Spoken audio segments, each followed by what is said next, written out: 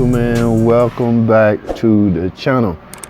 How is everybody doing? Y'all can see from this engine, this bad boy needs no introduction, but I will do it anyway, because that's what kind of guy I am. Well, look at that, baby. The big 5.7 liter V8 Hemi. That's right. Now this is in a 16 Ram pickup truck, 1500. Okay, so and as y'all can see, there's a lot of room for 2 more cylinders. You can stick a bigger engine in this cab. They just chose to put a Hemi in this thing, so you get the best of both worlds. You get some speed along with some extra torque. So, but I'm not sure the pull capacity, how much you're allowed to pull with the Hemi as opposed to maybe the diesel engine. So, but at any rate, I'm sure you got your truck for your particular reason and your particular use. But so what I want to talk about is basically what I'm getting ready to do. So actually, I am getting ready to.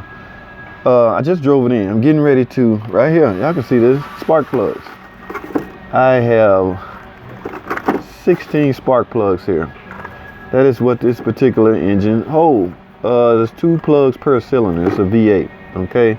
Now, y'all can see this. You see Mopar on the box, but I'm sure we're all aware that these are basically champion plugs. So if you ever at a parts store and you can't get a hold to Mopar spark plugs, get whatever it calls for in their catalog. I'm sure it's gonna convert to maybe either a champion, or let's actually see what's on this plug, because most of Chrysler's spark plugs are through champion. Okay, so let's take a look at this. No sense guessing about it. It won't say NGK. Okay, so we're gonna either use the NGK model or the champion. This particular engine calls for this particular spark plug. I'm a big firm believer in using what the manufacturer suggests and recommend. Okay, even on oil, especially on oil. Like that cap right there, y'all see that?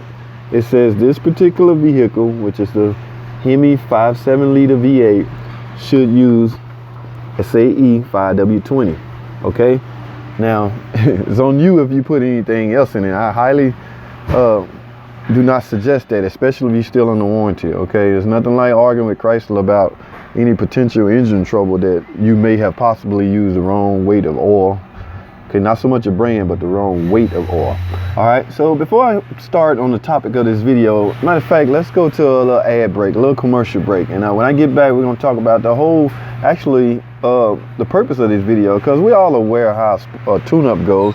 At least we all should be. Man, the tune-up, the name or the word tune-up has changed drastically over the years. Okay, nowadays people think that a tune-up is simply spark plugs and that's it. First of all, a tune-up is designed to help restore peak performance, get the engine back to its peak performance. But that's just the way society has changed. Tune-up to people nowadays is simply spark plugs. But I'm gonna cover that and the reason why this video even exists after this ad break. All right, so y'all stay tuned. I'll be right back. All right, welcome back. What I want to cover first, the purpose of this video. Now, I mentioned the early part of this video that I just brought this car in. He just got off the freeway bringing it to me, which means ding ding ding ding ding, the engine is extremely hot. Okay, not from an overheating standpoint, but the engine is hot. It's at normal operating temperature. All right, so what you should not do, listen to me, especially young guys, aspiring mechanics, you do not want to remove spark plugs out of an aluminum cylinder head while it is extremely hot.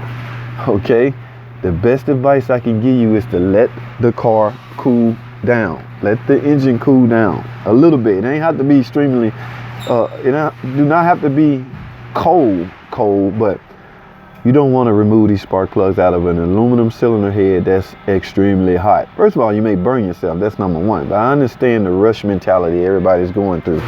Okay, but the danger in that is, man, those aluminum threads, you could jack them up, man. You could ruin them.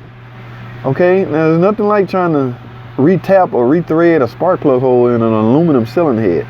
That's what you do not want. So I highly suggest you let the car cool off. In fact, that is what I'm about to do now. I just brought this car in not a good 5-10 minutes ago. Let me show y'all how I cool it off, and I highly suggest this method. Okay, take a look at this.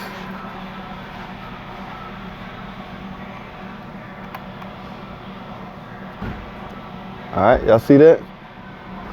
I basically got a fan set up to where it will blow on the engine. It will help speed up the cool off process.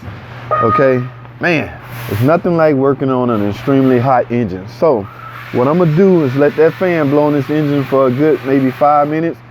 This sounds like a good, look like a good perfect time for another ad break. So I'm gonna take a break, let this engine cool off, and we're gonna proceed with this Hemi tune-up. All right, y'all stay tuned. I'll be right back. All right, ladies and gentlemen, welcome back. And I'm back at this truck.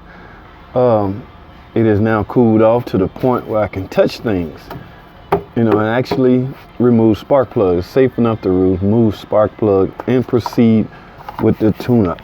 Okay, so what we gotta do, man, is just start removing things. We gotta gain access to the spark plug. And in the process of removing things, you can basically go ahead and check out the other necessities that's really related to a tune-up. Okay, tune-up is not just replacing spark plug. Okay, you have things like the car has to breathe properly. Okay, so you check things like the air filter, throttle body. You know, don't really need to be all carbon up and banged up. So all that stuff needs to be checked. I don't know why people tend to think that's all a tune-up is just spark plugs. That's a big part. But if we're trying to restore peak performance, spark plugs alone is not the answer, just it. Okay, I see that's dirty. I will clean this throttle body out. The engine has to breathe properly. Okay, so the airflow coming in has to make it past this carbon. So any restriction could cause you to stall out when you come to a stop or hesitate when take off. So I'm gonna get all that cleaned up. So let me get the housing off, and we can proceed with the tune-up, or replacing the spark plugs, rather. That's what I'm gonna call it. I don't like using the term tune-up reckless like that, but I have to use the terminology that my consumer and customers understand. Okay, even this is the PCV valve. It should be checked properly. All right, so I have now gained access to the spark plugs. 1, 2, 3, 4. 2 plugs per cylinder, and the other side is fairly easy. The hardest part of this whole job gonna be, okay, the left side, because I'm dealing with, fighting with space. Fighting with space as far as the brake booster go. Okay, I have to get in there. It's gonna be a little tight fit, but it's doable. I have a small air ratchet that I talked about. Matter of fact, I'll link it right here. Y'all go check that video out. I will be able to get to that. So I have my plugs, I have my tools ready to go. So let me get these spark plugs out, ladies and gentlemen, and we will proceed with this tune-up. Now I'm pretty much done talking. I have talked enough, so I might just set the camera down and just give y'all some extra bonus footage.